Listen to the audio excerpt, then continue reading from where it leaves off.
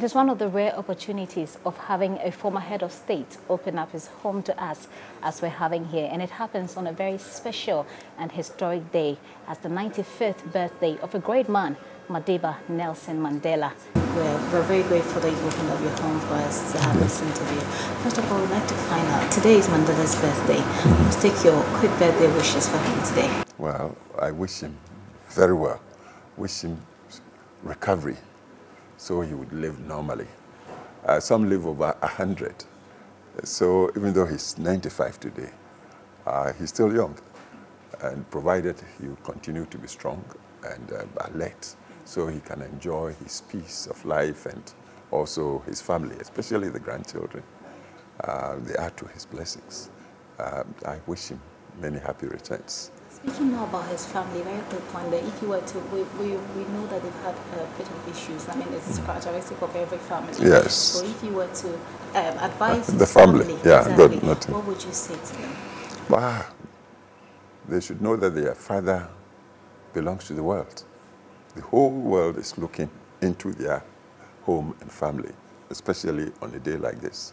So they should defer everything to the great image of their father and hold back their quibbling and petty squabbles. Right. They should stop immediately. Let's talk about his contributions to democracy and anti-racism in Africa.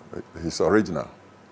The times he got imprisoned for speaking up for human rights, equality, human dignity, and anti-racial governance in his country. He was quite original. So if he started young. Right.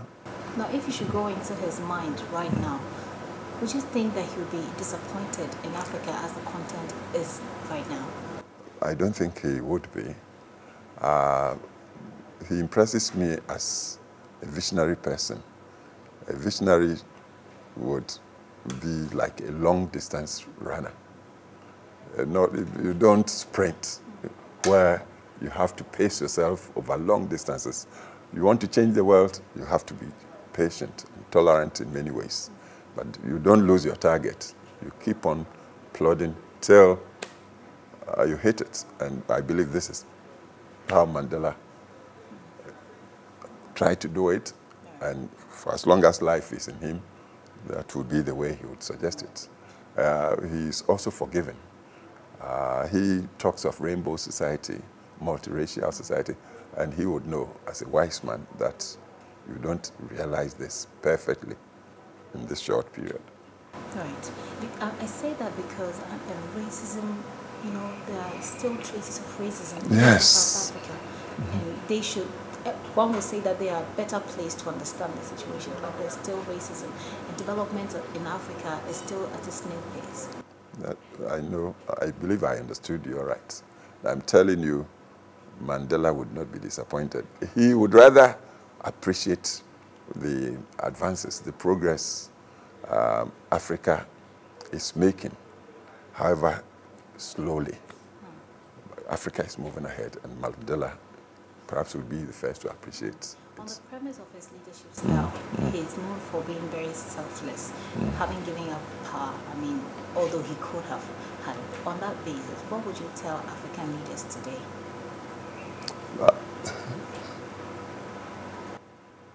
Let us respect the constitutions by which we come to power.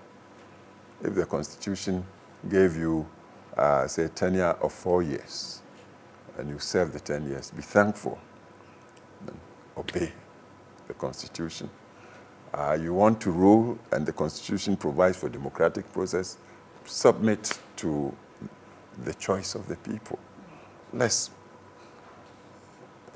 respect our institutions, as Obama said here. Mandela, I believe, was a constitutionalist.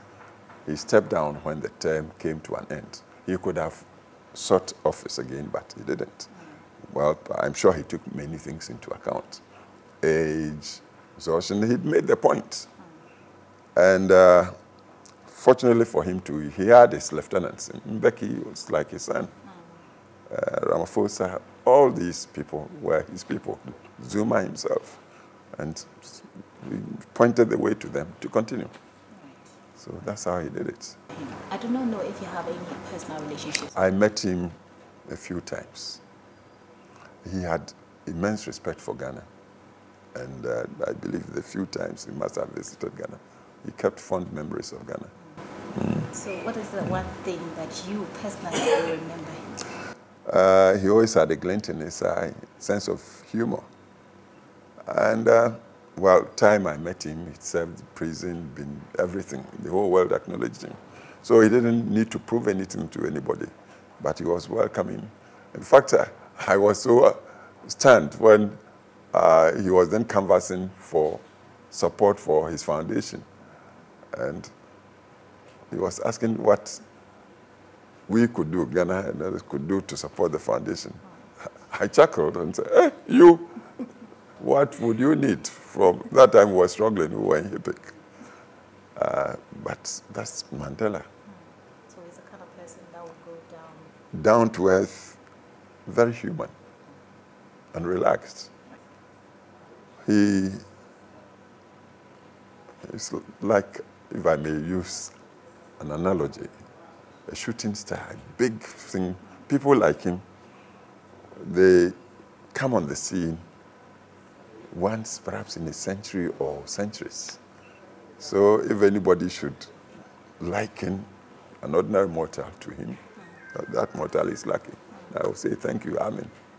I would admit he's institutional as a man.